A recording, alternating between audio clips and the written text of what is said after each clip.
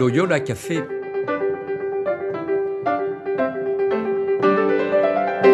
Loyola Café, on y discute philosophie et théologie.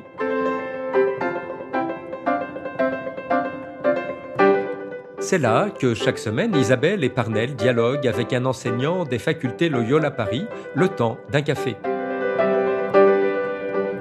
L'émission d'aujourd'hui est animée par Parnell Ledaga.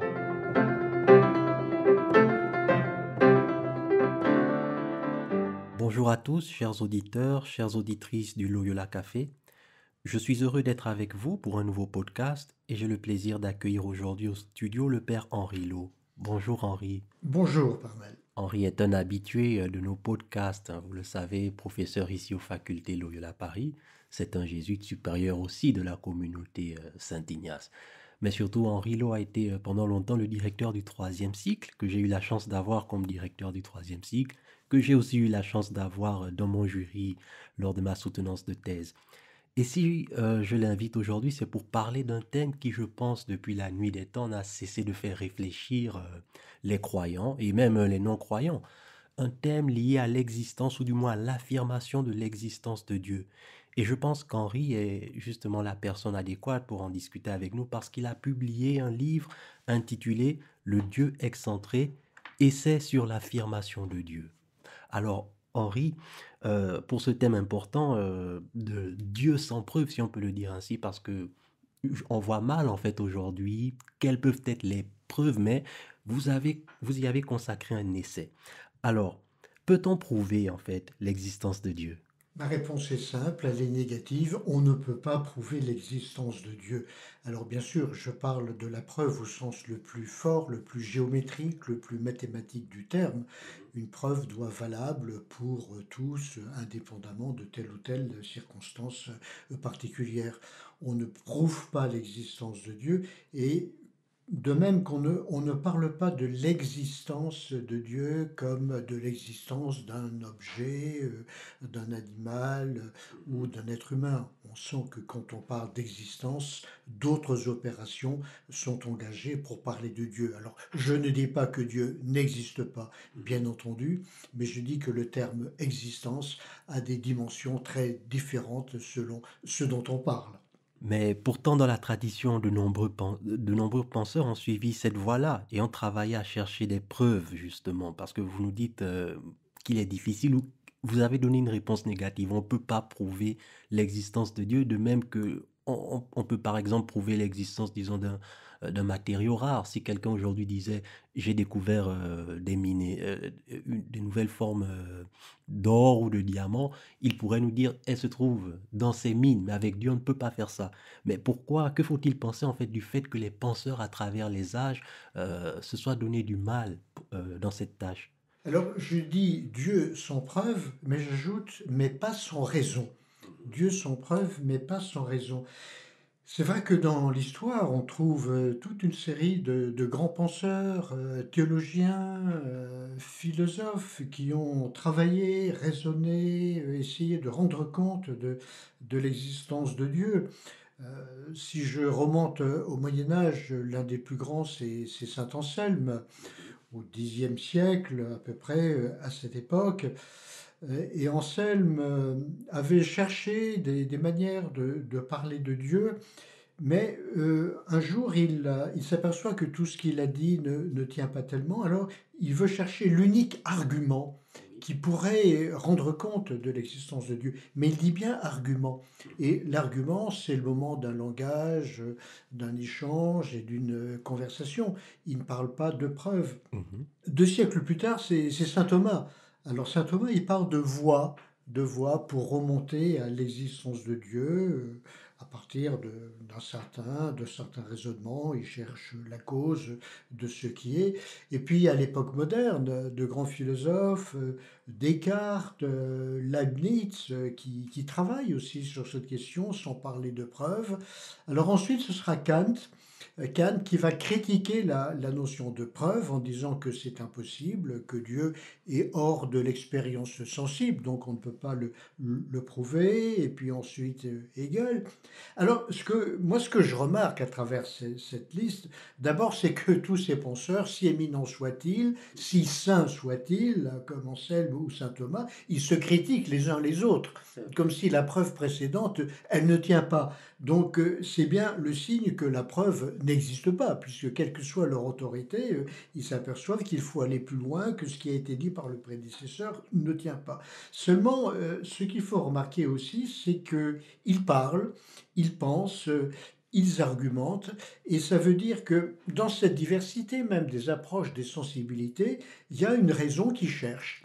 Donc dire Dieu sans preuve, cela ne veut pas dire ne pas chercher Dieu, ne pas faire appel à son intelligence et à sa raison. D'accord. Bah alors, ce que vous nous dites alors, la preuve n'existe pas. Mais ne peut-on alors tenir aucun discours quant à l'existence de Dieu? Parce que je pense que ces derniers temps-ci, il y a eu pas mal d'ouvrages quand même qui ont été publiés avec des arguments. Parce que vous avez parlé tout à l'heure d'arguments chez Anselme. Mais entre l'argument et la preuve, parce qu'on voit par exemple des ouvrages où certains vont développer des arguments qui se veulent ensuite être des preuves. Mais au fond, peut-on tenir, si on doit renoncer à la preuve, doit-on renoncer aux arguments ou doit-on renoncer au discours sur l'existence de Dieu? Alors certainement pas renoncer au discours.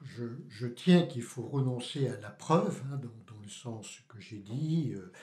On ne prouve pas l'existence de Dieu par la science, par des arguments de ce type-là, mais un discours est possible précisément, et voici comment.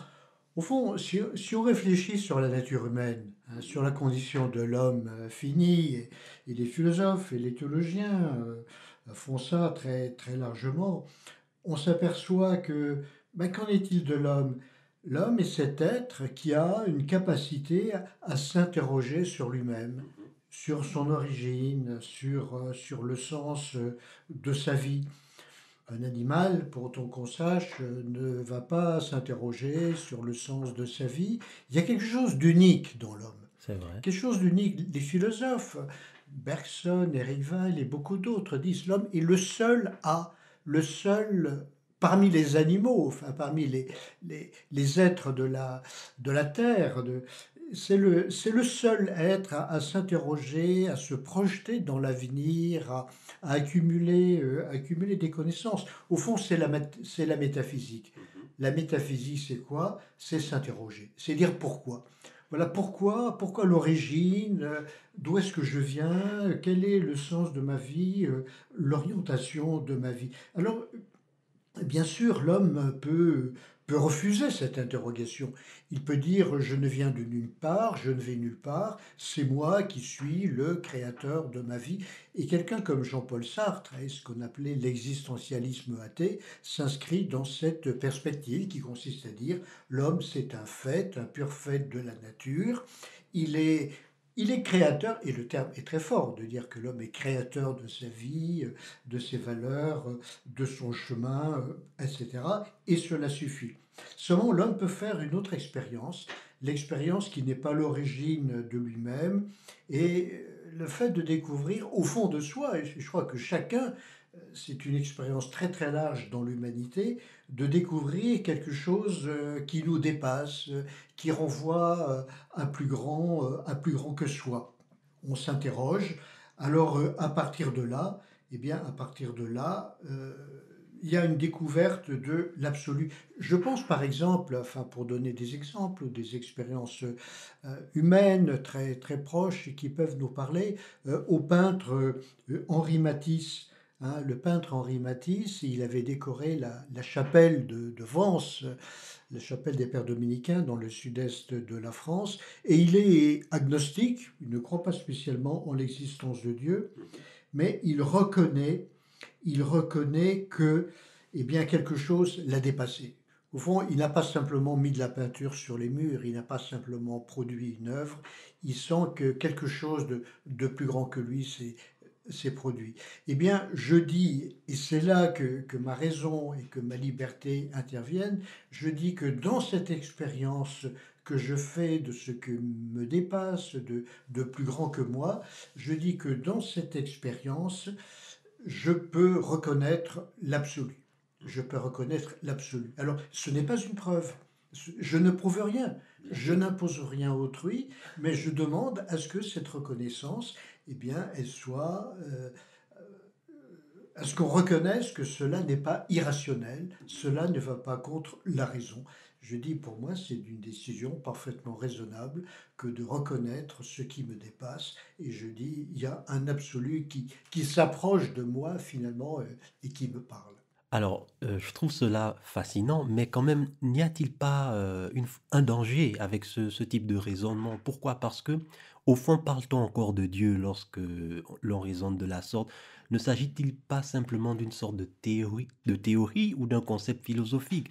Et je fais justement le lien avec certaines théories, disons, de la nature, de la physique. On va parler de la théorie des cordes, je sais pas, de tel autre concept de l'astrophysique. On n'a pas nécessairement une preuve concrète de la même manière qu'on puisse prouver qu'un animal existe, mais il y a certains éléments qui nous permettent de déduire que peut-être que l'univers fonctionne de cette manière. Et ne court-on pas le risque, en fait, avec Dieu, de faire un peu la même chose au fond, de le résumer à une sorte de concept philosophique abstrait, simplement dépendant de notre raison et ce qui nous dépasse ou ne nous dépasse pas. Oui, ben, c'est une objection tout à fait forte et légitime. Au fond, ce que j'ai dit jusqu'à présent, c'est que, ben, au principe de ma vie, de ce qui me fait vivre, de mon existence, je reconnais un absolu, hein, ce qui me dépasse, et cet absolu, je le nomme Dieu. Je le nomme Dieu, c'est un nom. Alors, c'est là qu'il y a l'objection.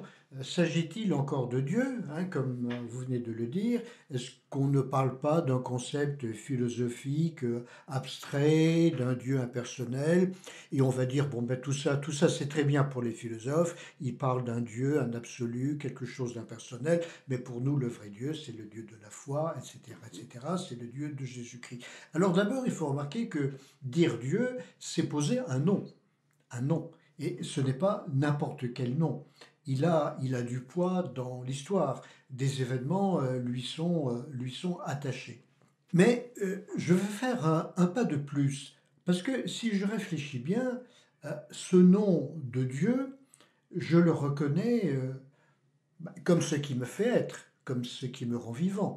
Donc ce nom, je le reconnais à l'origine de ma vie. Mais ce qui est à l'origine de ma vie, qu'est-ce que c'est? Ce qui est à l'origine de ma vie, ce ne peut être que la vie, Mhm. avec un V minuscule ou un V majuscule, si on veut. La mort n'est pas à l'origine de ma vie. Ce qui n'existe pas n'est pas à l'origine de ce qui me fait exister. Et puis, c'est un nom particulier, c'est un nom unique, hein. Il ne suffit pas de dire le principe, le fondement, l'absolu, etc. C'est un nom qui est unique. Donc je dis, il est non seulement la vie, mais je peux dire le vivant.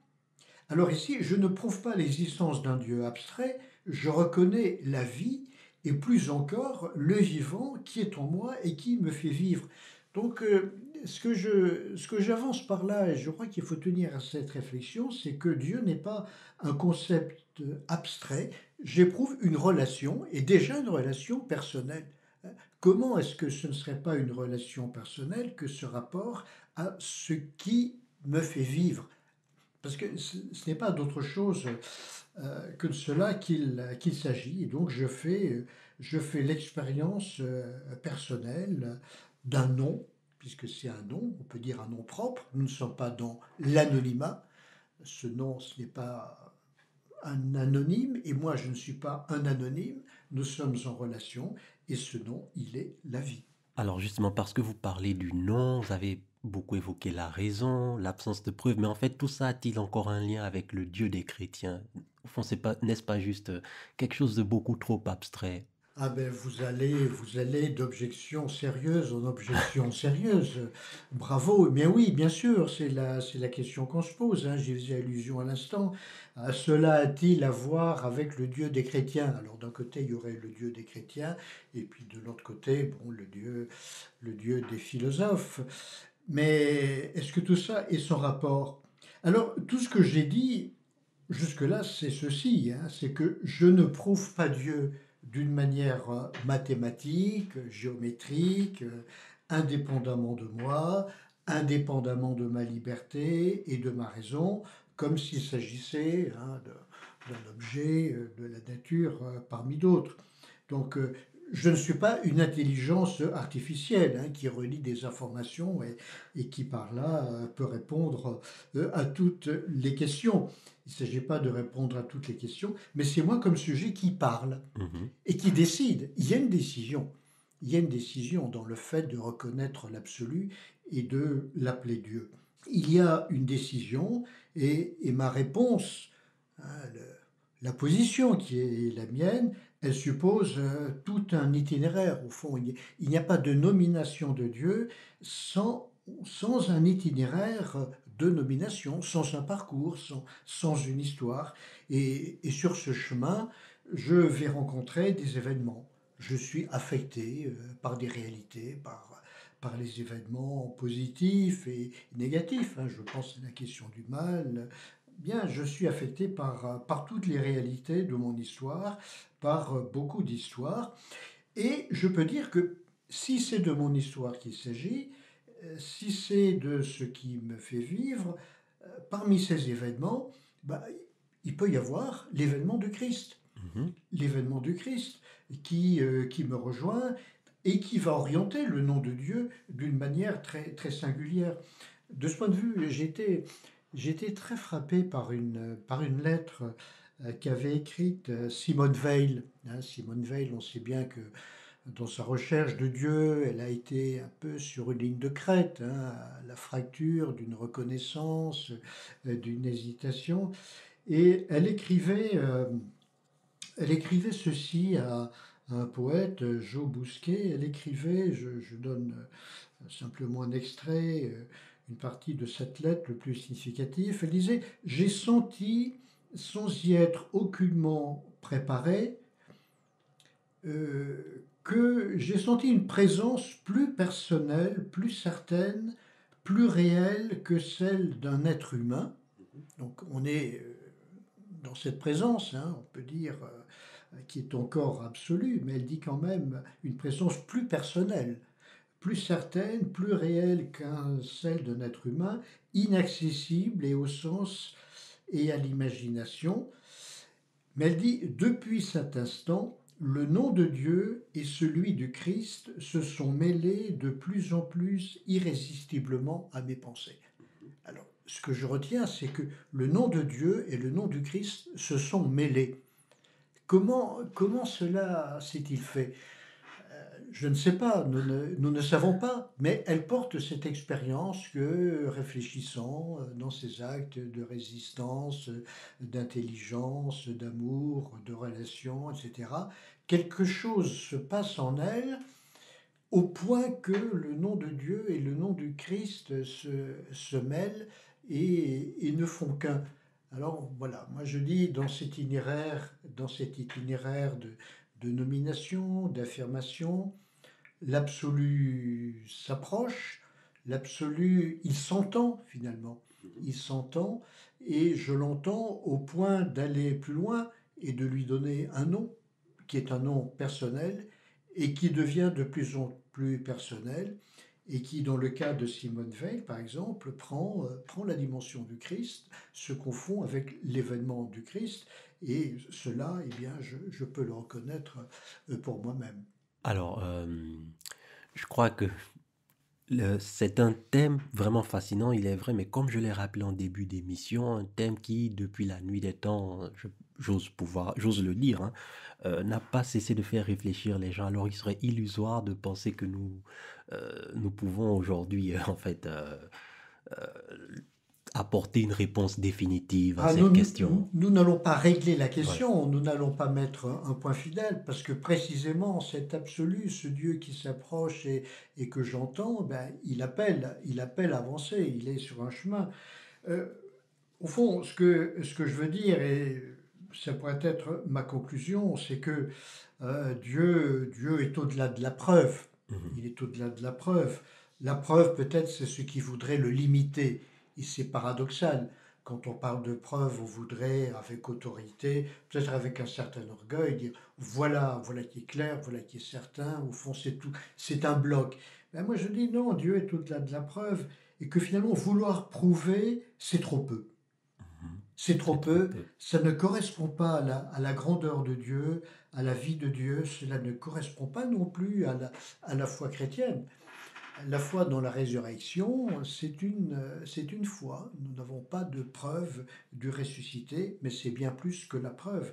Et, et quand le Christ dit « Je suis le chemin, la vérité et la vie », eh ben, c'est que Dieu se révèle sur un chemin et non pas dans des preuves. Mais je peux parler de ce chemin, ce que j'ai fait, un itinéraire d'interrogation métaphysique hein, sur le pourquoi, sur mon origine. Donc, je peux reconnaître Dieu dans ma vie, dans la vie du monde, de façon personnelle, et je le redis, en raison et en liberté. Il n'y a pas de plus grande assurance que celle-là. Donc, Dieu plus grand et plus certain que la preuve quand on accepte de le nommer. Dieu au-delà de la preuve, Dieu qui n'est pas sans raison, mais Dieu d'une assurance plus certaine hein, que toutes ces démonstrations. D'accord. Et est-ce que c'est cette ligne d'idée que vous développez dans votre ouvrage, je rappelle, Le Dieu excentré, un essai sur l'affirmation de Dieu, qui était disponible aux éditions Beauchesne, édité par Beauchesne, mais disponible maintenant aux éditions du Cerf. Tout ce que vous nous avez dit aujourd'hui, est-ce un peu ce que vous développez dans l'ouvrage? Oui, sans faire une page de publicité ou une page commerciale, oui, c'est cet itinéraire que j'ai développé hein, à travers différents chapitres qui portent sur le langage pour dire Dieu, qui portent sur l'éthique, sur la question du mal, et puis sur toutes les expériences qui mettent en difficulté aussi le discours sur Dieu, parce que nous ne vivons pas dans un monde comme ça où tout va de soi. Et puis il y a de grandes philosophies, de grandes objections hein, qui sont adressées à la question de Dieu. Mais je veux dire aussi que Dieu n'est pas nié parce que son discours peut sembler désorganisé chez certains philosophes et qu'il y a des tentatives qui donnent de l'ampleur au discours sur Dieu. Alors, il y a des discours critiques qui ne vont pas très loin, qui ne sont pas très profonds peut-être, mais il y en a qui portent de véritables enjeux métaphysiques hein, quant à la profondeur de l'homme. Et il y a aussi la question de la mystique dont je parle parce qu'elle est un lieu particulier où les profondeurs de l'homme sont examinées, sont envisagées. Donc j'essaie de faire droit dans ce livre à un certain nombre d'expériences où, en effet, la question de Dieu se pose et où le nom de Dieu est là, s'approche. Il peut s'entendre, il peut s'écouter au cœur de chacune des expériences que l'on peut faire et il appelle à une décision. Voilà. Je peux ne pas décider, mais comme être humain, est-ce que je ne suis pas toujours appelé à décider, à prendre position et à croire peut-être en raison et en liberté? En tous les cas, vous nous avez donné, je pense, hein, pour ma part, de sérieux éléments pour y réfléchir. Et je vous remercie encore d'avoir bien accepté de vouloir discuter, parler de cette question qui fascine et qui pousse en fait des êtres humains depuis des siècles à s'interroger. Merci encore, Père Henri Lot. Merci beaucoup pour cette occasion de parler ainsi. Merci. Merci. Quant à vous tous, chers auditeurs et auditrices du Loyola Café, je vous remercie une fois encore de votre écoute et de votre fidélité. Nous nous retrouvons dans 15 jours. D'ici là, portez-vous bien. À très bientôt. Au revoir.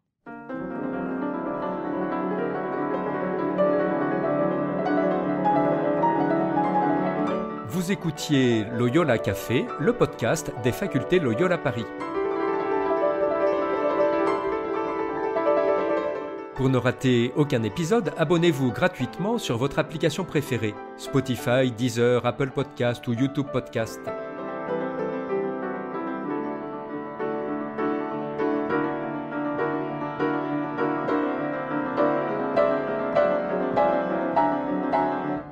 Et sur notre site internet www.loyolaparis.fr, découvrez l'ensemble de nos cours et conférences en philosophie et théologie. À bientôt.